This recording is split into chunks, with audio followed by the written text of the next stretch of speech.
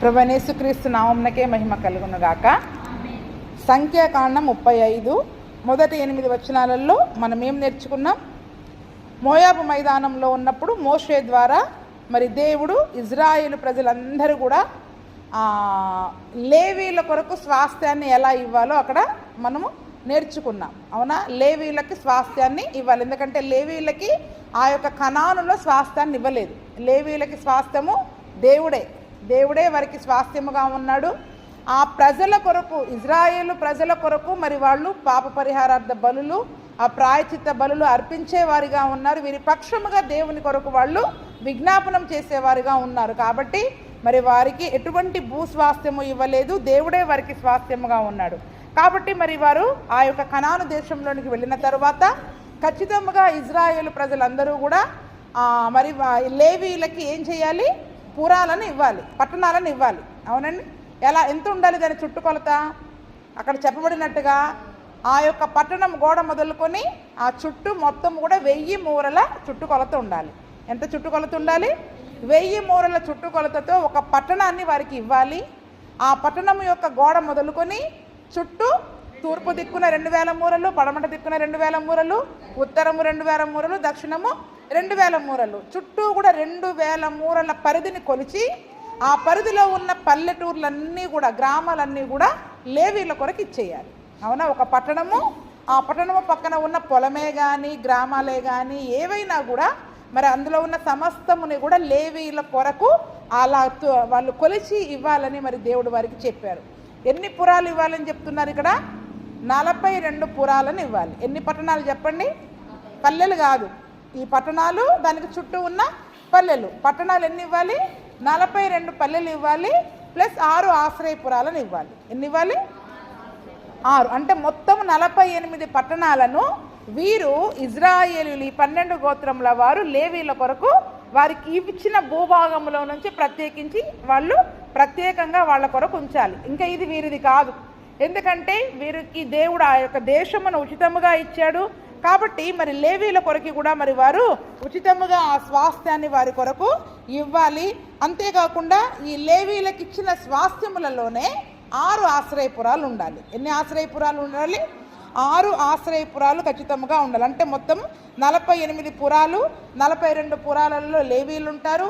ఈ 6 పురాలు కూడా ఆశ్రయపురాలుగా మరి దేవుడు వారికి ఉంచారు. ఎక్కువైన వారు, ఎక్కువ స్వాస్థ్యం ఉన్నవారు ఎక్కువ భూమిని ఇవ్వాలి, తక్కువ స్వాస్థ్యం ఉన్నవాళ్ళు తక్కువ మరి పురాలని వారికి ఇవ్వాలని, లేవీలకు ఇవ్వాలని మరి మనం వాక్య భాగం ద్వారా మనం నేర్చుకుంటూ ఉన్నాం. 9వ వచనం నుండి మరి మనం చూసుకున్నట్లయితే, మరియు యెహోవా మోషేకు ఇలాగూ సెలవిచ్చెను, మీరు ఇజ్రాయేలులతో ఇట్లనము, మీరు యోర్దాను దాటి కనాను దేశంలోనికి వెళ్ళిన తర్వాత ఆశ్రయపురములుగా ఉండుటకు మీరు పురములను ఏర్పరచుకొనవలను. మళ్ళీ అదే మాటని చెప్తూ ఉన్నాడు. ఖచ్చితంగా ఒక ఆశ్రయపురాలు అనేవి మీకు దేవుడిచ్చిన భూభాగంలో మీరు దానిని ప్రత్యేకంగా ఉంచుకోవాలి. ఎందుకంటే పొరపాటున ఒకరి చంపిన వాడు వాటిలోనికి పారిపోవచ్చును. తీర్పు పొందుటకై నరహంతకుడు సమాజం ఎదుట నిలుచు వరకు వాడు మరణశిక్షను అందకూడదు. కనుక ప్రతి హత్య చేయువాడు రాకుండా అవి మీకు ఆశ్రయపురములుగా ఉండును. మీకు ఇయ్యవలసిన ఆ పురములలో 6 ఆశ్రయపురములు ఉండును. వాటిలో యోర్దాను యువతల 3 పురాలు, కనాను దేశములో 3 పురాలను ఇవ్వవలను. అవి మీకు ఆశ్రయపురములుగా ఉండును. పొరపాటున ఒకరి చంపిన ఎవడైనను వాటిలోనికి పారిపోవునట్లు ఆ 6 పురములు ఇజ్రాయేలులకు, పరదేశులకు, మీ మధ్యలో నివసించు వారికి ఆశ్రయమై ఉండును. ఎందుకు ఈ ఆశ్రయపురాలు దేవుడు చేశాడు అంటే, మరి నిర్ణయించాడు ఖచ్చితంగా ఉండాలి అని ఆజ్ఞ ఇచ్చాడు అంటే, పొరపాటున ఎవరైనా అనుకోని పరిస్థితులలో ఒకరిని చంపవలసిన పరిస్థితి వచ్చింది అంటే, కావాలని చంపడం ఉద్దేశపూర్వకంగా కాకుండా పొరపాటున ఎవరైనా కూడా ఒక వ్యక్తిని మరి గాయపరిచినప్పుడు అతను సడన్గా చనిపోయాడు. ఉద్దేశపూర్వకంగా కొట్టాలని, ఏదో గాయపరచాలని, ఏదో విసిరినో కొట్టినప్పుడో ఏం చేశాడు చెప్పండి? ఆ వ్యక్తి చనిపోయాడు. అప్పుడు ఏమైపోయాడు? ఇతను హంతకుడుగా మారిపోయాడు. ఏమయ్యాడు చెప్పండి? హంతకుడిగా మారిపోయాడు కదా. ధర్మశాస్త్ర ప్రకారము హత్యకు ఎద్దు పోగొట్టుకుంటే ఎద్దుని ఏం చేయాలి? ఇవ్వాల్సిందే. పన్ను పోగొట్టుకుంటే పంటిని ఇవ్వాల్సిందే. కాబట్టి ఇప్పుడు ఈ హత్య చేసిన వాడికి తప్పకుండా ఏమైపోవాలి చెప్పండి? చచ్చిపోవాలి. కానీ కావాలని చేయలేదు కదా. కావాలని చేయలేదు కాబట్టి ఇప్పుడు మరి నేను ఏదో పొరపాటున చేశాను కాబట్టి ఇప్పుడు అవతలి వ్యక్తి ఆ చంపబడిన వారి యొక్క ఆ యొక్క వారి వారి వారు ఎవరైనా కూడా వచ్చి ఇతని చంపే అవకాశం ఉంటుంది. కాబట్టి ఇతను అనుకోకుండా చేశాడు, పొరపాటునది జరిగింది కాబట్టి ఆ పొరపాటును మరి పొరపాటును బట్టి ఆ యొక్క అక్కడ ఉన్న ప్రధాన యాజకుడు తీర్పు తీర్చే వరకు కూడా అతను పరిగెత్తుకొని వచ్చి లేవీయులకున్న ఈ ప్రాంతంలో ఉన్న ఆశ్రయపురంలో దాక్కోవాలి. అంటే అది ఒక రకంగా దాగుచోటు. ఏం చెప్పండి, ఎవరైనా ఒక వ్యక్తి పొరపాటున పాపం చేసినప్పుడు మరి ఆజ్ఞను నరహత్య చేయకూడదు. ఆజ్ఞని మీరి పాపం చేసినప్పుడు ఆ పాపం అతన్ని తరుముతూ ఉన్నప్పుడు దాక్కోవడానికి ఉన్న దాగుచోటు అన్నమాట. అది ఒక దాగుచోటుగా దాక్కునే చోటుగా మరి దేవుడు ఆశ్రయపురాన్ని ఇచ్చాడు. అందుకని ఇక్కడ యోర్దాను అవతల 3 ఉండాలి, యోర్దాను యువతల 3 ఆశ్రయపురాలు ఉండాలి కదా. అయితే పొరపాటున చంపితే అందులోనికి పారిపోవడానికి ఈ పురాలు ఉండాలి. అందులో ఉన్న మరి పరదేశులే కానీ ఇజ్రాయేలీలే కానీ ఎవరైనా సరే మరి ఆ తీర్పు తీర్చే వరకు అసలు జరిగిన సంగతి ఏంటో తెలుసుకునే వరకు అవతల వాళ్ళకి ఏముంటుంది చెప్పండి, చంపారు కాబట్టి వాడిని చంపాల్సిందని కోపంతో రగిలిపోతుంటారు. కానీ అసలు నిజంగా జరిగింది ఏంటి అన్న సంగతి తెలుసుకోవాలి కదా. ఆ సంగతి తెలుసుకునే వరకు మన భాషలో చెప్పాలంటే కస్టడీలో ఉంచుతారంటారు చూసారా, అవునా? అంటే జడ్జి అది కోర్టు కేసు నడిచి ఆ కోర్టు తీర్పిచ్చి అసలు జైలు శిక్ష పడే వరకు ఈ పోలీసు వాళ్ళు ఏం చేస్తారు, తీసుకెళ్ళిన వాళ్ళని కస్టడీలో ఉంచుతారు, రిమాండ్. అదనమాట ఇది. అంటే ఒక రకంగా ఆశ్రయపురం అంటే ఏంటి చెప్పండి, కస్టడీ లాంటిది. ఒక లేవీలో ప్రధాన యాజకుల దగ్గర ఆ కస్టడీలో మరి వారు ఉన్నట్టుగా. 16వ వచనం నుండి చూద్దాం. మొదటిది, ఒక పొరపాటున చేస్తే అతను పారిపోవడానికి ఆశ్రయపురం ఉండాలని దేవుడు చెప్పాడు. 16వ వచనంలో, ఒకడు చచ్చునట్లు వారిని ఇనుప ఆయుధంతో కొట్టువాడు నరహంతకుడు, ఆ నరహంతకునికి నిశ్చయముగా మరణ శిక్ష విధింపవలను. ఒకడు చచ్చునట్లు మరి ఒకడు రాతితో వాని కొట్టగా దెబ్బతిరిన వాడు చనిపోయిన ఎడల కొట్టినవాడు నరహంతకుడును, ఆ నరహంతకుడు నిశ్చయముగా మరణ శిక్ష నొందును. మరియు ఒకడు చచ్చునట్లు మరి ఒకడు చేతికర్రతో కొట్టగా దెబ్బతిరినవాడు చనిపోయిన ఎడల కొట్టినవాడు నరహంతకుడగును, ఆ నరహంతకుడు నిశ్చయముగా మరణ శిక్ష నొందును. హత్య విషయంలో ప్రతి హత్య చేయువాడు తానే నరహంతకుని చంపవలను, వాని కనుగొనినప్పుడు వాని చంపవలను. ఒకడు చచ్చునట్లు వాని పగపట్టి పొడిచినను, లేక పొంచి ఉండి వాని మీద దేనినైనను వేసినను, లేక ఒకడు చచ్చునట్లు వైరము వలన చేతితో వాని కొట్టినవాడు నరహంతకుడు, నిశ్చయముగా వాని చంపవలను. నరహత్య విషయంలో ప్రతిహత్య చేయువాడు ఆ నరహంతకుని కనుగొనినప్పుడు వాని చంపవలెను. మొదటి భాగంలోనేమో పొరపాటున అనుకోకుండా ఆ వ్యక్తితో గొడవైనప్పుడు ఏదో నెట్టివేసినప్పుడు పొరపాటున కింద పడ్డాడు, సడన్గా దెబ్బ తగిలి చనిపోయాడు కదండి. అప్పుడు ఏం చేయాలి, ఈ వ్యక్తి ఆశ్రయపురానికి వెళ్ళి దాక్కోవాలి. అయితే ఇప్పుడు 16వ వచనం నుంచి కావాలని ఉద్దేశపూర్వకంగా కొట్టారు, వాడి మీద పగబట్టి చంపారు. ఏం చేశారు చెప్పండి, పగబట్టి ఏ రకంగా కొట్టారో కూడా అక్కడ అన్ని రకాలు ఇచ్చారు. మొదటిదేమో ఇనుపాయుధంతో కొట్టిన, రాయితో కొట్టిన, ఆ తర్వాత కింద చెయ్యి కర్రతో కొట్టిన, మళ్ళీ ఒక దెబ్బ కాదు కొట్టేది, చచ్చేదాకా కొడతారు చూడండి. ఈ మధ్యలో పొడిచి చంపుతున్నారంట. మొన్న చిన్న పాపను కూడా అన్ని కత్తిపోట్లు పొడిచారంట. అసలు ఎంత భయంకరం చెప్పండి. అంటే అది ఉద్దేశపూర్వకంగా చేశారు వాళ్ళు, కావాలని చచ్చునట్లు చనిపోయేదాకా వారిని కొట్టి చంపడం అనమాట. అలా చేసినప్పుడు హత్య విషయంలో పగబట్టి పొడిచినా, పొంచి ఉండి పొడిచినా, చచ్చిపోయే వరకు, అంటే వైరముతో అంటే పగాలు ప్రతీకారాలు పెంచుకొని గొడవలుండి వాడిని చంపాలి అన్న ఉద్దేశముతో కొట్టినప్పుడు చంపినప్పుడు ఈ హత్య చేసిన వాడు ఖచ్చితంగా చంపబడాల్సిందే. ఎందుకంటే వీడికి ఆశ్రయపురంలో చోటు ఉండదు, ఎందుకంటే వీడు ఉద్దేశపూర్వకంగా చేశాడు. మనం తెలియక చేసిన వాటికి క్షమాపణ ఉంటుంది, తెలిసి చేసిన వాటికి, ఎందుకంటే అప్పటికి ఆజ్ఞ ఉందా లేదా నరహత్య చేయకూడదని? ఆజ్ఞ ఉంది. ఆజ్ఞ ఉండి కూడా ఇతను ఏం చేశాడు, ఉద్దేశపూర్వకంగా చేశాడు, కావాలని చేశాడు. కాబట్టి ఖచ్చితంగా వాడు ఏం చేయాలి చెప్పండి, చావవలసిందే. హత్యకు ప్రతి హత్య జరగాల్సిందే. కానీ పొరపాటున వాడు చేస్తే గనక వాడికి తెలుసు, అయ్యో నేను పొరపాటున చేశా, ఇప్పుడు వాడు వచ్చి నన్ను చంపుతాడు, కాబట్టి ఇప్పుడు నేను ఎక్కడికి వెళ్ళాలి, ఎక్కడ దాక్కోవాలి వాడు చంపకుండా? దేవుడు ఒక ఆశ్రయపురాన్ని వారి కొరకు దాచి ఉంచారు, అంటే సిద్ధపరిచి ఉంచారు. ఆ ఆశ్రయపురానికి మరి వారు వెళ్ళాలి. అదే నిర్గమాకాండంలో ఉంటుంది, చదవండి. నిర్గమాకాండం 21, 12 నుంచి 13, 12, 13.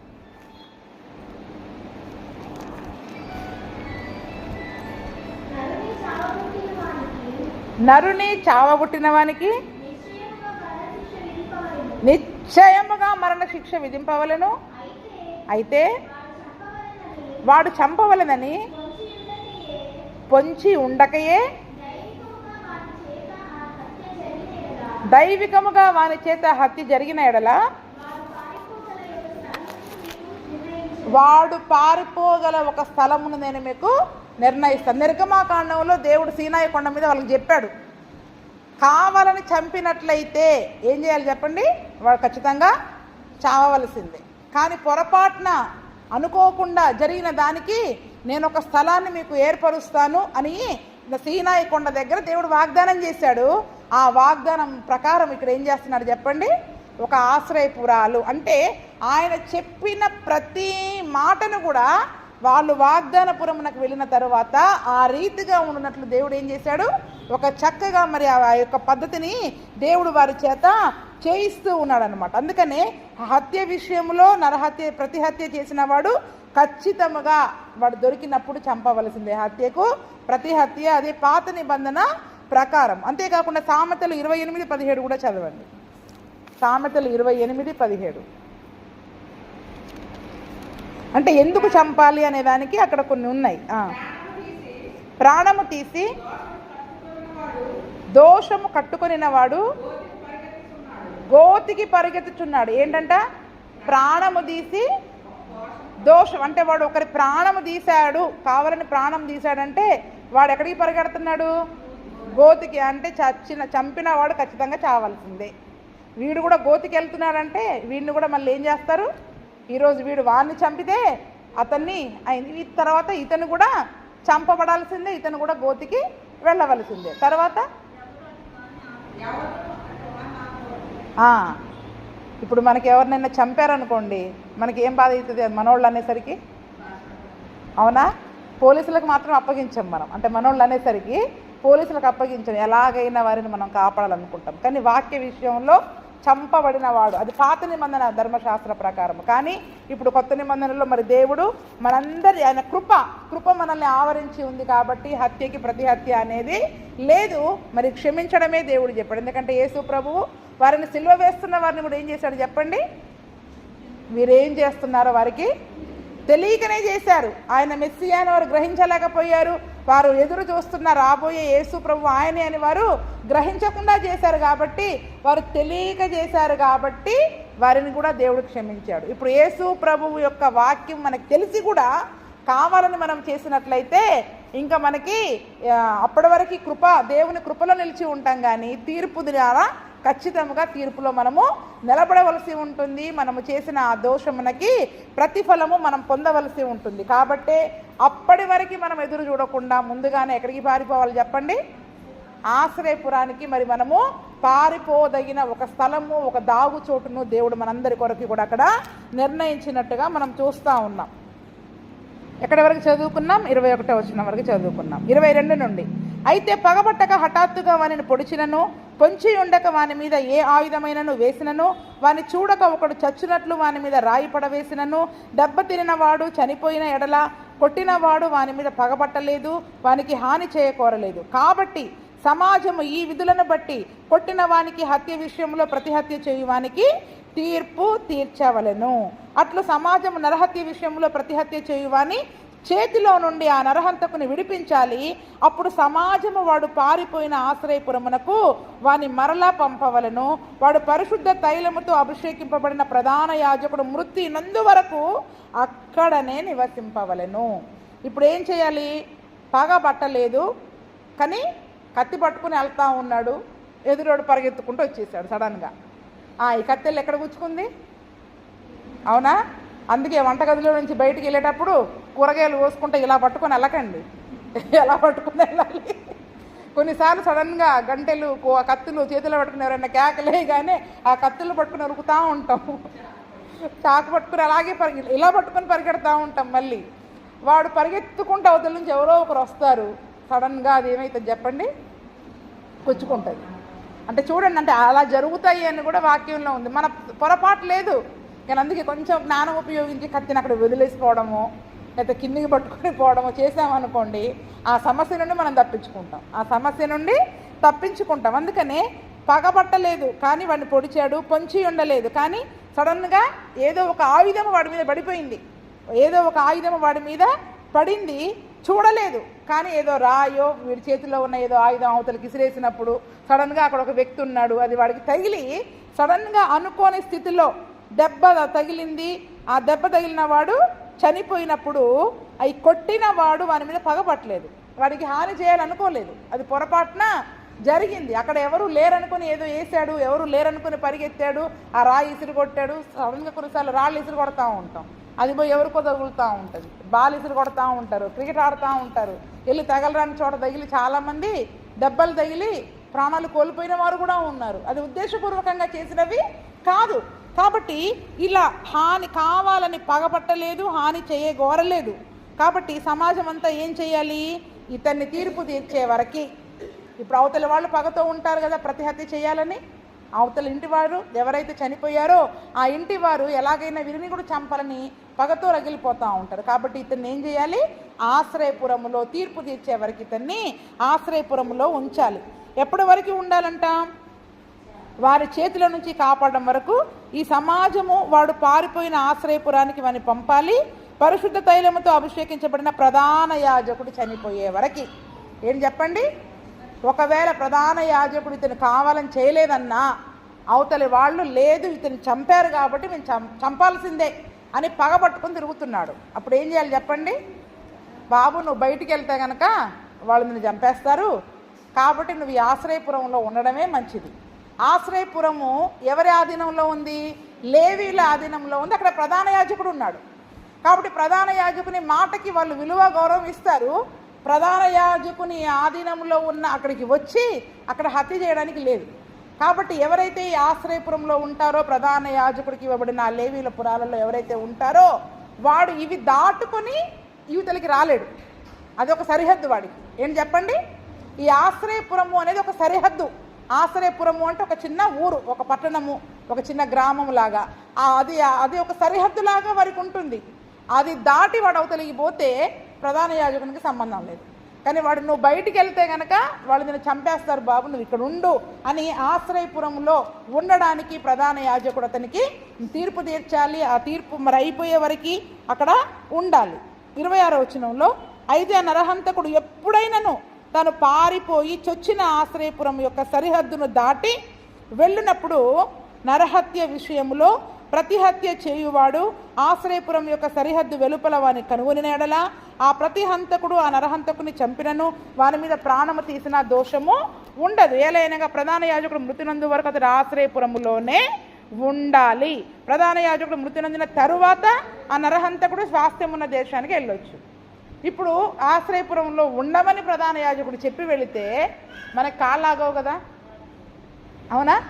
ఒక సరిహద్దు. ఏం చెప్పండి, ఇప్పుడు ఆశ్రయపురం అనేది పాపికి సరిహద్దు, హత్య చేసినోడికి సరిహద్దు. కాబట్టి ఇప్పుడు మరి వీడికి కాళ్ళలాగక బయట వాడు కనపడలేదు కదా, అలా వెళ్ళి మా ఇంటికి వెళ్ళి వస్తా, నా భార్యను చూసుకొని వస్తా, నా పిల్లల్ని చూసుకొని వస్తా, నా పొలం చూసుకొని వస్తా అని ఆశ్రయపురం యొక్క సరిహద్దు దాటి అవతలికి వెళ్ళాడు. ఏం చేశాడు చెప్పండి, సరిహద్దు దాటి అవతలికి వెళ్ళాడు. అక్కడ ఎవరు కనిపెట్టుకొని ఉన్నాడు, వాడు లోపలికి రాలేడు. కానీ వీడు బయటికి వస్తూ చంపుదామని ఎవరు పొంచి ఉన్నారు అక్కడ, ప్రతిహత్య చేసేవాడు అక్కడ పొంచి ఉన్నాడు. వీడు గనక ప్రధాన యాజకుని మాట వినకుండా ఆ సరిహద్దు ఆశ్రయపురం సరిహద్దు దాటి బయటికి వెళితే దానికి ప్రధాన యాజకునికి సంబంధం లేదు. మేము దేవుని దగ్గరికి వెళ్ళాము, ఆశ్రయపురంలో ఉన్నాము, అయినా మాకేం జరిగింది, మళ్ళీ మనం ఎవరి మీద నిందేస్తాం? నిన్ను సరిహద్దు దాటి ఎవరు వెళ్ళమన్నారు కదా, పోయిన వారం సరిహద్దు అదే నేర్చుకున్నాం మనం. వాగ్దానం చేసిన సరిహద్దు లోపల దేవుడు నివసించమంటే అక్కడ క్షేమం ఉంటుంది, భద్రత ఉంటుంది. అది ఒక శరణాలయం, మనకి క్షేమకరమైన స్థితి. అది మనకి దేవుడు మనల్ని సంరక్షించే స్థలం. సరిహద్దు దాటి మనం బయటికి వెళితే దేవుడు సంరక్షించడు, దేవుడు మనల్ని సంరక్షించడు. మనం సరిహద్దు దాటి మనం వెళ్ళి మళ్ళీ యేసు ప్రభువుని నమ్ముకున్నాం కానీ మాకు ఏమీ క్షేమము లేదు, ఏమీ ఆరోగ్యం లేదు, ఏమీ అది లేదని మరి మనం చెప్తా ఉంటాం. అందుకనే చూడండి, ఇక్కడ హత్య చేసిన వాడు ఒక పాపి, వాడి పాపము యొక్క రుణము తీర్చబడే వరకు ఆ ప్రధాన యాజకుడు చచ్చిపోయేదాకా అక్కడే ఉండాలి ఆశ్రయపురంలో. ఇంకా వాడి ఇంటికి ఇప్పుడు అదే జైలుకి వెళ్తే కనుక ఎక్కడ ఉంటాడు చెప్పండి? ఆ రోజుల్లో ఇజ్రాయెల్ దేశంలో జైళ్ళు అనేవి లేవు, ఇంకా అదే కస్టడీ, ప్రధాన యాజకుని కస్టడీలోనే అతను ఉండాలి కదండి. ఒకవేళ తీర్పు తీరుస్తే కనుక వీడికి ఉద్దేశపూర్వకంగా చేస్తే వాడికి అప్పగించేస్తారు, చంపుకోరా బాబు అని విడిచిపెట్టేస్తారు. కానీ వీడు కావాలని చేయలేదు కాబట్టి, బయటికి వెళితే వాడు చంపుతాడని చూస్తాడు కాబట్టి ప్రధాన యాజకుని ఆధీనంలో ఉన్న ఆశ్రయపురములోనే ఉండాలి. ఆ స్వాస్థ్య ఈ ప్రధాన యాజకుడు చనిపోయిన తర్వాత ఎప్పుడు ఆ ప్రధాన యాజకుని మాట అక్కడితో ముగించబడుతుంది కాబట్టి ఆ యాజకుడు చనిపోయినాక అప్పుడు ఇతడు తన స్వంత ఇంటికి వెళ్ళాలి. ఎందుకంటే అప్పటి వరకు కూడా కాస్త సమయం అయిపోతుంది కాబట్టి అవతల వాళ్ళ కోపం కూడా ఏమైతే చెప్పండి తగ్గుతుంది. ఎందుకు కొంతకాలాన్ని దేవుడు నిర్ణయించాడు ఆశ్రయపురంలో ఉండమని అంటే, అవతల వాడు పగతో రేగుతూ ఉంటాడు. అదే మాట ద్వితీయోపదేశకాండం 19:6 ఉంటుంది, చదవండి.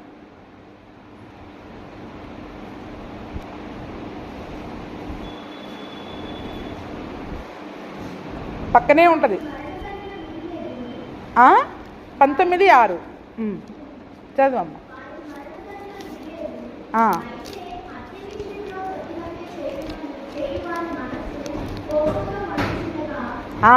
వాడి హత్య విషయంలో ప్రతి హత్య చేసేవాడి మనస్సు ఎలాగుంటుందంట చెప్పండి? కోపముతో మండుతూ ఉంటుంది. వాడు ఇప్పుడు దొరికితే నేను చంపేస్తాను, అవునా లేదా? దొరికితే చంపేస్తా అంటే వాడి కాలం కొన్నిసార్లు ఏం చేస్తుంది చెప్పండి? ఆ యొక్క కోపాన్ని తగ్గిస్తూ ఉంటుంది. కాబట్టి ఆ ప్రధాన యాజకుడు ఉన్నంత వరకు కూడా ఆ వాడు కోపముతో మండుతున్న సమయంలో వాడికి ఎదురుగా వెళ్లకుండా ఈ ఆశ్రయపురంలో దాగుచోటులో మరి అతను ఖచ్చితంగా ఉండాలి. అతను కోపముతో మండుచుండగా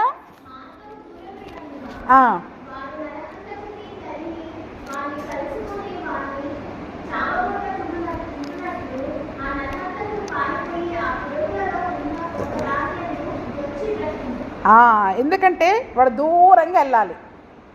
ఆశ్రయపురము దూరంగా, లేవీల పట్టణాలు కాకుండా లేవీలకు వచ్చిన పురాలలో ఉంటాయి కాబట్టి వాడి స్థలం నుంచి వీడు దూరంగా పారిపోయి ఆశ్రయపురంలో ఉంటే ఆ దూరంగా వీడు పోయి ఏం చేయలేడు, వాడిని వెనకాల పరిగెత్తి ఈ దేశం తప్పించుకొని వేరే దేశానికి వెళ్ళిపోయామనుకోండి, వీడు వీసా తీసుకుని అవతలికి రాలేడు కదిగా. అలాగా ఇప్పుడు అలాగా మార్గము దూరమైనందున అంటే ఏదైనా పొరపాటు చేసినప్పుడు ఏం చేయాలి చెప్పండి? వాళ్ళు కోపముతో రేగుతున్నప్పుడు, వారిలో మంట ఉన్నప్పుడు కాస్త మండుతున్న వాళ్ళకి, కోపం ఉన్న వాళ్ళకి దూరంగా పారిపోండి. ఏం చేయాలి చెప్పండి? ఎందుకు కోపం వచ్చిందని మనం ఇంకా కోపం మీద 4 మాటలు వేసామనుకో ఏమంటారు చూడండి, అగ్నిలో మళ్ళీ అవి ఏం చేస్తూ ఉంటాయి, పేలి మన మీదే పడతాయి. ఇక మొన్న ఈమె కంట్లో పడినట్టు పేలి మన మీదే పడతా ఉంటాయి. అందుకనే కోపముతో ఆ ప్రతిహత్య చేసేవాడు ఉన్నాడు కాబట్టి దూరంగా పారిపోవాలి. ఏం చేయమంటున్నాడు? మార్గము దూరమైనందున వాడు వచ్చి మనల్ని చావగొట్టక ఉండినట్లు వాడు ఆ పురములో చొచ్చి అక్కడ నివాసం ఉండాలి. ఎందుకు ఒక ఆశ్రయపురాన్ని ఇచ్చాడు? వాడి కోపం తగ్గేదాకా మార్గం దూరమయ్యి దూరంగా పారిపోవాలి. కాబట్టి పరిస్థితులు కొన్నిసార్లు కఠినముగా ఉన్నప్పుడు, మన పైన ఎవరైనా కోపముతో రేగుతున్నప్పుడు కూడా, ద్వేషముతో మండుతున్నప్పుడు కూడా మనం ఏం చేయాలి చెప్పండి? కాస్త దూరంగా ఉంటే క్షేమంగా ఉంటాం, దూరంగా ఉంటే క్షేమముగా ఉంటాం. కాబట్టి ప్రధాన యాజకుడు చనిపోయాక అతను తిరిగి ఆ దేశానికి వెళ్ళవచ్చు. 29వ వచనం, ఇట్లో మీ సమస్త నివాస స్థలములలో మీ తరతరములకు మీకు విధింపబడిన కట్టడ, ఎవడైనా ఒకని చావగొట్టిన ఎడల సాక్షుల నోటి మాట వలన ఆ నరహంతకునికి మరణ శిక్ష విధించవలను. 28 వరకేమో అతడు ఎక్కడ నివాసం ఉండాలి, ప్రధాన యాజకుని యొక్క ఆధీనంలో ఉండాలని చెబుతూ ఉన్నారు. 30వ వచనము నుండి జడ్జిమెంట్ ఎలా ఇవ్వాలి, తీర్పు ఎలా ఇవ్వాలి. ఇప్పుడు అతనికి తీర్పు తీర్చాలి. ప్రధాన యాజకుడు పారిపోయి ఆశ్రయపురానికి వచ్చాడు. ఇప్పుడు ప్రధాన యాజకుడు అతని విషయమే ఏం చేయాలి చెప్పండి? తీర్పు తీర్చి ఇక్కడ ఉండాలా అప్పగించాలా అనే తీర్పు తీర్చేటప్పుడు ఎలా తీర్చాలి అన్న సంగతిని కూడా దేవుడు అక్కడ చెప్తూ ఉన్నాడు. ఇప్పుడు ఎవరైనా ఒకరిని చావగొట్టిన ఎడల సాక్షుల నోటి మాట వలన అతనికి మరణ శిక్ష విధించాలి. ఎలాగా? ఇతను చంపాడు అనడానికి సాక్షులు కావాలి. ఏం చెప్పండి? కోర్టులో వెళ్ళినా కూడా అంతే కదా, కంటితో ఖచ్చితంగా అతను చంపిన వ్యక్తి ఇతను చంపుతున్నాడు అని కంటితో ఎవరైనా చూస్తేనే ఆ సాక్ష్యం నిలబడుతుంది. కానీ చేతిలో కత్తుంది, అక్కడ నిలబడ్డాడు కాబట్టి అతనే చంపేశాడు, మనకి ఎన్నెన్నో ఆలోచనలు ఊహలు బాగా వస్తాయి. కానీ చట్టం ఏం చెప్తుంది? నువ్వు చంపింది చూసావా, కత్తితో పొడుస్తుండగా చూసావా, రాయితో ఒక్కసారి కొట్టింది కాదు, చచ్చే వరకు పదే పదే పదే పదే కొట్టి వాడు చచ్చాడా లేదని రుజువు చేసుకున్నది నువ్వు చూసావా? చూసిన సాక్షిని బట్టే ఏం చేయాలి? తీర్పు తీర్చాలి. చూసిన సాక్షిని బట్టే తీర్పు తీర్చాలి. అంతేకాకుండా ఒక్క సాక్షి మీద మాట మీద అసలు మరణ శిక్ష విధించొద్దు. నేను చూశాను, ఒక్కడే ఉన్నాడు, ఆ తీర్పు చెల్లదు. ఒక్కడి చూస్తే ఆ తీర్పు చెల్లదు. చావదగిన నరహంతకుని ప్రాణము కొరకు మీరు ఒక్క సాక్షి యొక్క తీర్పు చెల్లదంట. కొత్త నిబంధన కాలంలో కదా, ధర్మశాస్త్రంలో కూడా దేవుడు ఏం చెప్పాడు? 2 లేక 3 ఖచ్చితంగా సాక్షులు ఉండాలి. ఎంతమంది సాక్షులు ఉండాలి? 2 కొరింథీ 13:1 చదవండి.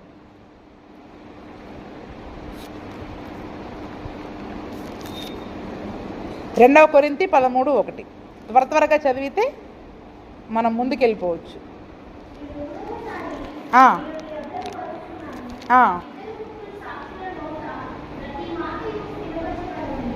ఏంటంట? కొరింథీ సంఘానికి పౌలు గారు వస్తున్నారు, అప్పుడు చెప్తున్నాడు ఆ సంఘంలో ఉన్న సమస్యల గురించి.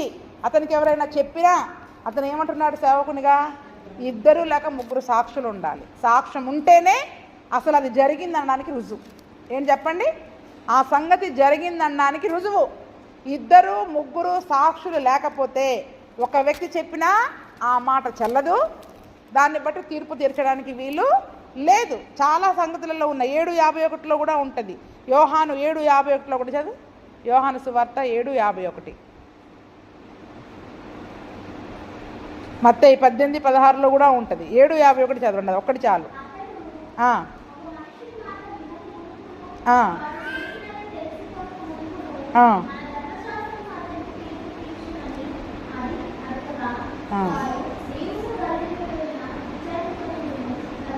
చాలు. ఇక్కడ ఏమంటున్నాడు చెప్పండి? ఒక మనిషి మాట వినక మునుపు అతని గురించి ఎవరైనా సాక్ష్యం చెప్పకుండా యేసు ప్రభువును కూడా తీసుకొచ్చారు కదా, అప్పగించి పట్టుకొచ్చినప్పుడు ఏం చేశారు? 2 లేక 3 సాక్ష్యం ఉండాలంటే 2 అబద్ధ సాక్షులను పట్టుకొచ్చారా లేదా? 2 అబద్ధ సాక్షులను పట్టుకొచ్చారు కదండి. అంటే చూడండి, ఖచ్చితంగా 2 లేక 3 సాక్షులు ఉంటేనే అతని పైన నేరం అనేది రుజువు అవుతుందండి కదండి. అందులోనూ ఆ సాక్షి ఆ 3 కూడా కళ్ళతో చూసి ఉండాలి. అవునా? మేమిద్దరం గొడవ పెట్టుకుంది, మేమిద్దరం అనుకుంది, ఆ 3 వ్యక్తులు కళ్ళతో చూసి ఉంటేనే అది నేరం రుజువైనట్లు. చూడకుండా ఒకరు చెప్పిన మాటను బట్టి మనము వారిని ఎదుటి వ్యక్తిని నేరస్తులనుగా తీర్పు తీర్చడానికి వాక్యం ఒప్పుకోదు, మనం కూడా ఒప్పుకోవద్దు. అందుకనే మనకు చాలామంది గురించి మాటలు చెప్తూ ఉంటారు. మన కళ్ళతో చూడకుండా మనం నమ్మొద్దండి, వినాలి. మనకు ఆ సంబంధం లేని విషయం విడిచిపెట్టేయాలి. అనవసరమైన వారి గురించి వీరు గొడవలు పెట్టుకుంటూ ఉంటారు కొన్నిసార్లు. అవునా? 2 భార్యాభర్తలు ఉంటారు, ఈ వెళ్ళి ఆ ఇంటి విషయాలు ఏవో వింటది, ఆమెకి ఎవరో చెప్తారు, వచ్చి ఏం చేస్తుంది? ఈయనకి చెప్తుంది. ఈయన అట్లా కాదు, నేను అట్లా నేను నమ్మని దాన్ని అంటాడు. లేదు నీకు తెలుసా నాకు తెలుసా అని వాళ్ళ గురించి వీళ్ళిద్దరు గొడవలు పెట్టుకుంటూ ఉంటారు. వీళ్ళిద్దరూ చూసింది లేదు కళ్ళతోటి, కానీ ఏం చేస్తారు చెప్పండి? అందుకనే 2, 3 కళ్ళతో చూసి ఉంటేనే అది మనకు అవసరమైతేనే నమ్మాలి. మనకు అవసరం లేకపోతే అది నేరారోపణ, వారి నేరస్తులనుగా తీర్పు తీర్చడానికి వీలు లేదనమాట. అయితే ఆ తర్వాత జడ్జిమెంట్, తీర్పు ఎలా తీర్చాలో చెప్పారు. 31వ వచనంలో కూడా ఏమని చెప్తున్నారంటే, ఇప్పుడు చావదగిన నరహంతకుడు ఉన్నాడు అంటే వాడు ఖచ్చితంగా చంపాడు. ఈ చంపిన వ్యక్తిని ఏం చేయాలి చెప్పండి? అవతలి వాళ్ళకి అప్పగించాలి. అయితే కొన్నిసార్లు ఏం చేస్తారు? అప్పగించకుండా ఈ చావవలసిన వ్యక్తి, చంపిన వ్యక్తి ఏం చేస్తాడు? అయ్యా ప్రధాన యాజకులు గారు, నేను అంతో ఇంతో మీకు ఇచ్చుకుంటాను, నన్ను వాళ్ళకి అప్పగించకండి అని విమోచన ధనము, దాన్ని ఏమంటారంట? విమోచన ధనం. దానికి చక్కటి పేరుంది, బ్లడ్ మనీ అంటారు. ఈ మధ్యలో మన ఒక కేసు అయింది కదా, కేరళలో ఒక నర్సు దుబాయ్లో పనిచేస్తూ అక్కడ ఒక వ్యక్తిని చంపేసింది. చంపివేస్తే ఆమెకి ఉరిశిక్ష పడాల్సింది, కేఏ పాల్ గారు, కొద్దిమంది ఆ ముస్లిం ప్రధానులు వాళ్ళందరూ కూడా పెద్దలు అందరూ కూడా వెళ్ళి మరి వారితో మాట్లాడి ఆ చంపిన వ్యక్తి కుటుంబానికి బ్లడ్ మనీ కింద ఎన్ని కోట్లో కోటి రూపాయలు ఎన్ని కోట్లో మాట్లాడారు. కానీ అది కూడా చివరికి జరగలేదు. ఏమైందో మరి తెలవదు తర్వాత. అంటే చూడండి, అంటే ఏదో ఒక ధనాన్ని వారికి ఇచ్చేసి ఆ సమస్యని క్లోజ్ చేసుకోవడం, డబ్బును వారికి ఇచ్చి సమస్యని క్లోజ్ చేసుకున్న అలా అందుకని చంపిన వాడు ఖచ్చితంగా చావలసిందే. ఉద్దేశపూర్వకంగా చంపిన వాడు దాని శిక్షను భరించాల్సిందే, చావాల్సిందే. కానీ ప్రధాన యాజకుని దగ్గరకు వచ్చి విమోచన ధనం ఇస్తాను, దాన్ని వాడికి అప్పగించకండి అంటే ప్రధాన యాజకుడు ఆ యొక్క విమోచన ధనాన్ని అంగీకరించకుండా వాడిని మరణశిక్షకి విధించాల్సిందే. అంతేకాకుండా ఇప్పుడు ఆశ్రయపురమునకు పారిపోయిన వాడు యాజకుడు మృతి నొందక ముందు స్వదేశమందు నివసించినట్లు కూడా వాని చేత విమోచన ధనం అంగీకరింపకూడదు. ఇప్పుడు ఇతను ప్రధాన యాజకుడు చనిపోయేదాకా ఈ పొరపాటును చంపిన వాడు ఆశ్రయపురంలో ఉండాలి కదా. వీడికేమో ఇంటికి వెళ్ళబుద్ధి అవుతుంది, ఏమవుతుంది, ఇంటికి వెళ్ళాలనిపిస్తుంది. కాబట్టి ప్రధాన యాజకుడు ఏమంటున్నాడు, ఈ సరిహద్దు నువ్వు దాటొద్దని ఖచ్చితంగా తీర్పు తీర్చాడు. ఇప్పుడు ప్రధాన యాజకుని ఎలాగైనా మెప్పించాలి. కాబట్టి ఏమంటున్నాడు, అయ్యా నేను అంతో ఇంత డబ్బులు ఇస్తాను, నన్ను సీక్రెట్గా మా ఇంటికి పంపి. చాలా జరుగుతూ ఉంటాయి కోర్టులలో కూడా ఇటువంటి ఏమంటారు, వెనకాల డబ్బులు ఇచ్చేసి జడ్జిమెంట్లని తీర్పులన్నీ మార్చేస్తుంటారు కదా. అంటే ఎప్పుడు ఈ ప్రధాన యాజకునికి ఒకవేళ అతను డబ్బులు ఇచ్చి ఇంటికి వెళ్తా అన్నా కూడా అలా కూడా ఒప్పుకోవడానికి వీలు లేదు, ఆ విమోచన ధనాన్ని కూడా విడిపించడానికి వీలు. ఎందుకంటే దేవుడు ఒక నిర్ణయాన్ని, ఒక కట్టడని ఖచ్చితంగా నిర్ణయించినప్పుడు దాన్ని ఎవరైనా సరే పాటించాల్సిందే. ప్రధాన యాజకుడైనా, లేవీలైనా, ఇజ్రాయిల్ ప్రజలైనా అందరూ కూడా దాన్ని ఖచ్చితంగా ఏం చేయాలి చెప్పండి, పాటించాల్సిందే. అందుకనే దానిని మీరు అంగీకరించకూడదు. ఎందుకంటే మీ రెండు దేశమును అపవిత్రపరచకూడదు. నరహత్య దేశమును అపవిత్రపరచును కదా. దేశములో చెందిన రక్తము నిమిత్తము చిందించినవని రక్తము వలననే ప్రాయచిత్తము కలుగుతుంది, కానీ మరి దేని వలన కలగదు. ఇప్పుడు ఒక వ్యక్తి ఉద్దేశపూర్వకంగా చంపాడు, దేశాన్ని అపవిత్రం చేసేసాడు. ఎందుకంటే ఆజ్ఞ అతిక్రమమే పాపము, అపవిత్రులు అయిపోయారు వాళ్ళు కదండి. ఇప్పుడు దానికి ప్రాయశ్చిత్తం ఎలా కలుగుతుంది? వెళ్ళి ఏ బలి అర్పించినా కాదు, ఉద్దేశపూర్వకంగా చంపినవాడు ఖచ్చితంగా చంపాలి. అతన్ని చంపినప్పుడు ఆ రక్తము వలన దేశం ఏమైపోతుందని చెప్పండి, పవిత్రపరచబడుతుంది. లేదా అంటే అప్పటి వరకు కూడా దేశము అపవిత్రముగానే ఉంటుంది. అసలు నరహత్యనే దేశాన్ని అపవిత్రం చేస్తుంది. నువ్వు కావాలని దేశాన్ని అపవిత్రం చేశావు కాబట్టి అపవిత్రుడిని, వాడు అపవిత్రుడే. అంటే నరహత్య చేసేవాడు ఎవరు చెప్పండి, ఇప్పుడు అపవిత్రుడే. కాబట్టి అతన్ని కూడా ఏం చేయాల్సిందే, చంపాలి. ఎందుకంటే ఒక అపవిత్రుడు మరి ఆ దేవుడు నివాసం ఉండే ఆ దేశంలో నివసిస్తే దేవుడు ఆ స్థలంలో ఉండడానికి కూడా ఒప్పుకోడు అనమాట. అందుకని మన రక్తం వలనే ప్రాయశ్చిత్తం కలుగుతుంది, దేని వలన కలగదు. మీరు నివసించు దేశమును అపవిత్రపరచొద్దు, అందులో నేను మీ మధ్యన నివసించుచున్నాను. నిజముగా యెహోవాను నేను ఇజ్రాయేలీల మధ్యలో. దేవుడు ఎందుకు దేశాన్ని పవిత్రపరచమన్నాడు చెప్పండి?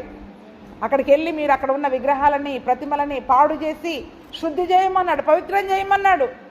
పవిత్రం చేసేసి మరి మీరు అందులో ఉండండి, నేను కూడా మీతో కలిసి ఆ దేశంలో నివాసం ఉంటా. మరి దేవుడు నివాసం ఉంటున్న ఆ దేశాన్ని వీళ్ళు ఆజ్ఞలను అతిక్రమించి అపవిత్రపరచడం ద్వారా మరి దేవుడు ఆ స్థలమును విడిచిపెట్టి వెళ్ళిపోయేవాడుగా ఉంటాడు. కాబట్టే దేశాన్ని మీరు పవిత్రపరచాలి, పవిత్రంగా ఉంచాలి. ఎందుకంటే నేను మీ మధ్యలో నివసించుచున్న యెహోవాను నేను నిజముగా ఇజ్రాయేలు మధ్యలో నివసించు వాడను. కాబట్టి ఆయన మన మధ్యలో ఉండాలని ఇష్టపడుతున్నాడు, మనలో ఉండాలని ఇష్టపడుతున్నాడు కదా. ఇప్పుడు కొత్త నిబంధనల కాలంలో వచ్చేసరికి మన దేహమే పరిశుద్ధాత్మకు నిలయముగా ఉంది. కాబట్టి మన దేహానికి మీకు విగ్రహాలతో దేవునికి పొత్తు ఎలా కుదురుతుంది? విగ్రహ సంబంధమైనవి ఆ ఆచారాలని, పద్ధతులని మరి మనలో ఉంచుకున్నట్లయితే దేవుడు ఉండడు, పరిశుద్ధాత్ముడు ఉండడు. అందుకనే ముందుగానే ఏం చెప్పాడు, దేవుడు ఉండాలంటే వాటిని పాడు చేసి నాశనము చేసి మొత్తము పరిశుద్ధపరచండి, వారిని వెళ్ళగొట్టండి. ఏది మనలో అపవిత్రమైంది ఏది మనలో ఉండడానికి వీలు లేదు. అపవిత్రమైంది, అపవిత్రపరిచేది ఇప్పుడు శరీర సంబంధమైన క్రియలే కానీ, ఆలోచనలే కానీ, తలంపులే కానీ ఏది ఇప్పుడు మన శరీరంలో ఉన్నా పరిశుద్ధాత్ముడు ఉంటాడా? అవి ఉంటే పరిశుద్ధాత్ముడు ఉండడు.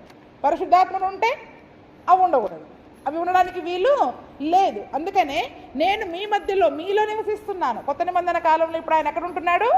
మనలో నివాసం ఉంటున్నాడు. కాబట్టి మన దేశం, అక్కడ దేశాన్ని ఎలాగైతే పవిత్రంగా ఉంచాలో ఇప్పుడు మన హృదయాలను కూడా ఏం చేయాలి చెప్పండి? పరిశుద్ధముగా ఉంచుకోవాలి, పవిత్రముగా ఉంచుకోవాలి.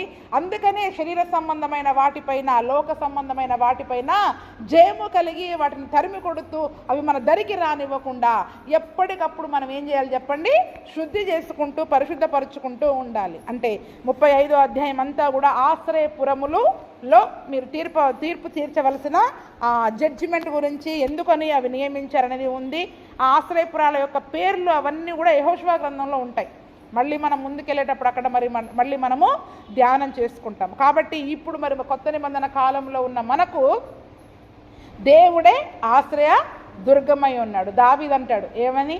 యెహోవా నాకు ఆశ్రయ దుర్గమైన దేవుడు. 37-39 చదవండి. కీర్తనలు 37-39. చాలా చోట్ల దావీదు పలుమార్లు అదే మాటను అంటూ ఉంటారు. ఈ ఒక్క మాట చదువుదాం. గట్టి చదవమ్మా. బాధ కలుగున్నప్పుడు ఆయనే వారికి ఆశ్రయదుర్గము, యెహోవా వారికి సహాయుడై వారిని రక్షించును. వారు యెహోవా శరణుజొచ్చి ఉన్నారు గనక భక్తిహీనుల చేతిలో నుండి వారిని విడిపించి. ఇప్పుడు మనము కూడా తెలుసో తెలియకరో చాలా పొరపాట్లు చేస్తూ ఉంటాం కదా. హత్యలు చేయం కానీ పొరపాట్లు చేస్తాం. కొత్త నిబంధన ప్రకారం ఏది చెప్పండి? నరహత్య. చాలాసార్లు చెప్తూనే ఉన్నాం అయ్యగారు మేము. కత్తిపోటు వంటి మాటలు. ఇంకా 1 యోహాను 3:15లో ఉంటుంది, తన సహోదరుని ద్వేషించువాడు. చదవండి, ఆ మాట చదవండి, అప్పుడు ఇక్కడికి వద్దాం. 1 యోహాను 3:15.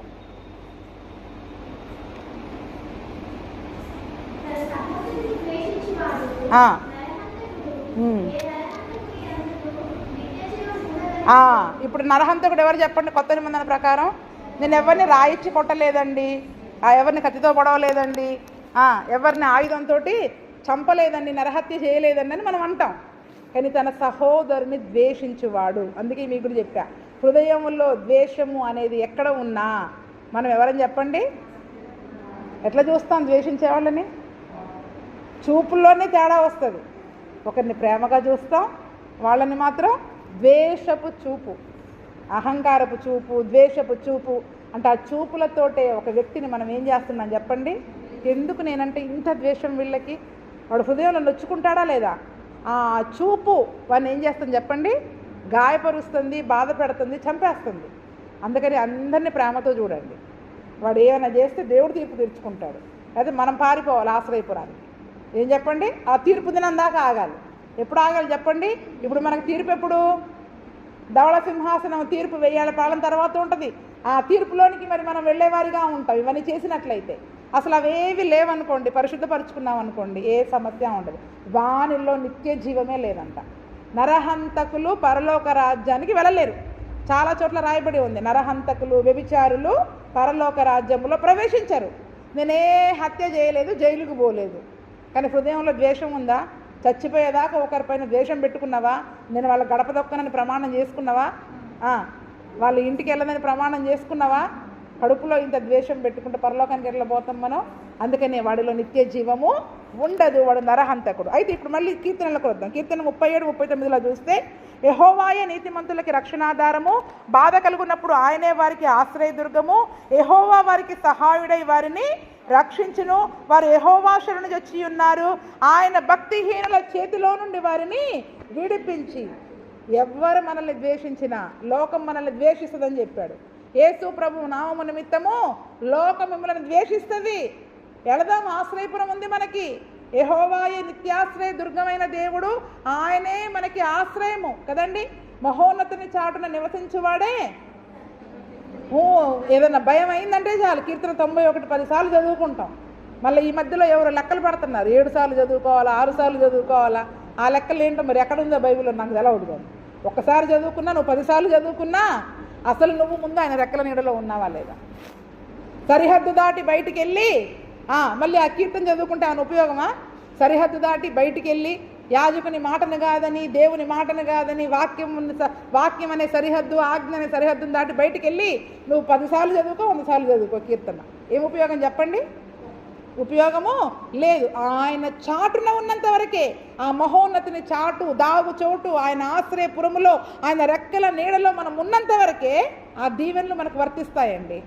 ఆ దీవెనలు మరి మనకు వర్తిస్తాయి. కానీ అవి ఆ చాటు దాటి, ఆశ్రయపురం అనే సరిహద్దు దాటి, ఆయన రెక్కల చాటు నుండి బయటకు వచ్చి మనం ఈ లోకంలో మనకు నచ్చినట్టు చేద్దాం అని మనం ఎప్పుడైతే ఈ శరీర సంబంధమైన వాటికి, లోక సంబంధమైన వాటికి స్థానం ఇస్తామో, వాటి కొరకు అడుగు బయట పెడతామో, దేవుని క్షేమములో, కాపుదలలో, భద్రతలో మరి మనము ఉండం. ఆయన ఆశ్రయములో మరి మనము ఉండం. ఆయన ప్రతినిత్యం ఆయన రెక్కలండలో మరి మనం ఉండాలి అంటే ఆయన మాటకి సరిహద్దు దాటకుండా మరి మనం ఉండాలి. కాబట్టి ఇప్పుడు మనకి బాధ కలుగుతుంది.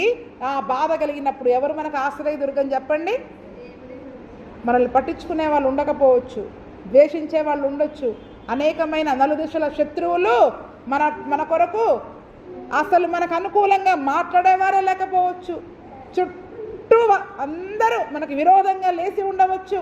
అయినా కూడా ఇప్పుడు మనకు ఆశ్రయదుర్గమైన యేసు ప్రభువు ఉన్నాడు. ఆయన రెక్కల నీడలోనికి పరిగెత్తుకొని వస్తే వారి నోటి మాటల వలన కలిగే నొప్పినికి తగలకుండా నేను నిన్ను దాచిపెడతా అంటున్నాడు యోబు గ్రంథంలో. ఏమంటాడు? వారు ఎన్ని మాటలన్నా అననివ్వండి, ఆ మాట అనగానే, ఎవరన్నా ఒక మాట అనగానే కుండలు నీళ్ళు వచ్చేస్తుంటాయి మనకు, అవునా? కానీ నోటి మాటల వలన కలిగే నొప్పి నీకు తగలకూడదంటే ఎక్కడ ఉండాలి? ఆశ్రయపురములో ఉండాలి. ఆశ్రయదుర్గమైన యేసయ్య రెక్కల చాటులో మరి మనం వచ్చినప్పుడు వాళ్ళు 100 అనుకోనియండి, మన గురించి ఎంతన్నా మాట్లాడుకోనివ్వండి, దేవుడు ఆ నొప్పి మనకు తగలకుండా చేస్తాడు. దేవునికి స్తోత్రం. ఆ నొప్పి అందుకనే ఆశ్రయ దుర్గమై ఉన్న దేవుడు ఆయన, ఆశ్రయపురమై ఉన్న దేవుడు. ఈరోజు మనకి బాధ కలిగిందా? ఎవ్వరు నన్ను పట్టించుకోవట్లే, భర్త పట్టించుకోవట్లే, పిల్లలు పట్టించుకోవట్లే, వాళ్ళు పట్టించుకోవట్లే, వీళ్ళు పట్టించుకోవట్లే, అవసరమే లేదు. ఆశ్రయపురానికి పరిగెత్తుకొని రావాల్సిందే. ఆయనే మనకి రక్షణాధారము, ఆయనే ఆశ్రయదుర్గము, ఆయనే మనకి సహాయం. ఎవ్వరు సహాయం చేసేవాళ్ళు లేరు. సహాయం కొరకు ఏ ఇల్లు గడప దొక్కినా ఎవ్వరు సహాయం చేసేవాళ్ళు లేరు. ఎవరు? ఆయనే మనకి సహాయకుడు, ఆయనే మనల్ని రక్షించేవాడు. ఎందుకంటే మనం వారు యెహోవా శరణు వచ్చి ఉన్నారు కనుక భక్తిహీనుల చేతిలో నుండి దేవుడు వారిని విడిపిస్తాడు, రక్షిస్తాడు. దేవుని దగ్గరికి పరిగెత్తుకొని రండి. మీకు బాధ కలిగినప్పుడు, సమస్య కలిగినప్పుడు వాళ్ళతో వీళ్ళతో మీరు చెప్పుకునేవారిగా కాకుండా అనవసరంగా వారి గురించి మీరు చెడుగా మాట్లాడి అందరి దగ్గర అందరికీ చెప్పుకునే కంటే దేవుని దగ్గరకు వచ్చి ఆయన రెక్కల నీడలో దాగి మనం ఆయనను హత్తుకుని ఉన్నట్లయితే ఆయనే సహాయం చేస్తాడు, ఆయనే రక్షిస్తాడు, ఆయనే విడిపిస్తాడు కదండి. కానీ మన యుద్ధం మనం చేసినాం అనుకో, మన సహాయం కొరకు మనం అందరికీ చెప్పుకుని అందరి సహాయం కొరకు మనం కోరుకున్నాం అనుకో, దేవుడి ఆశ్రయపురంలో ఉండం. ఎంతమందిని పోగేసుకున్నా అసలు ప్రధాన యాజకుడు ఎవరు? ఆయనను కాదనుకొని మనం ఎన్ని చేసినా ఎటువంటి ఉపయోగం ఉండదండి. ప్రధాన యాజకుని ఆధీనంలో ఉండాలి చచ్చిపోయే వరకు. ఎప్పటి వరకు? మన ప్రధాన యాజకుడు మరణమును జయించి తిరిగి లేచిన సజీవుడు, ఇంకా ఆయన చనిపోడు. కాబట్టి ఎన్నటన్నిటికీ మనకి రక్షణే ఉంటుంది, సహాయము దొరుకుతుంది. ఎన్నటన్నిటికీ మనల్ని ఆయన ఆ సమస్యల నుండి విడిపించేవాడుగా ఉన్నాడు. కాబట్టి మరి మన ప్రధాన యాజకుడైన యేసు ప్రభు దగ్గరికి రావాలి. బాధ కలిగినప్పుడు ఆయనే మరి మనకు ఆశ్రయదుర్గంగా, సహాయకుడిగా ఉంటాడు, విడిపించేవాడిగా ఉంటాడు, సమస్యల నుంచి విడిపించేవాడుగా, రక్షించేవాడిగా ఉండి మన ఆత్మీయ జీవితంలో మనల్ని ఒక క్షేమకరమైన స్థితిని, ఒక భద్రత కలిగిన స్థితిని దేవుడు మన జీవితంలో తప్పకుండా దయచేస్తాడు. మరి అటువంటి కృపాప్రభువైన యేసుక్రీస్తు మనకందరికీ దయచేయునుగాక. ఆమేన్.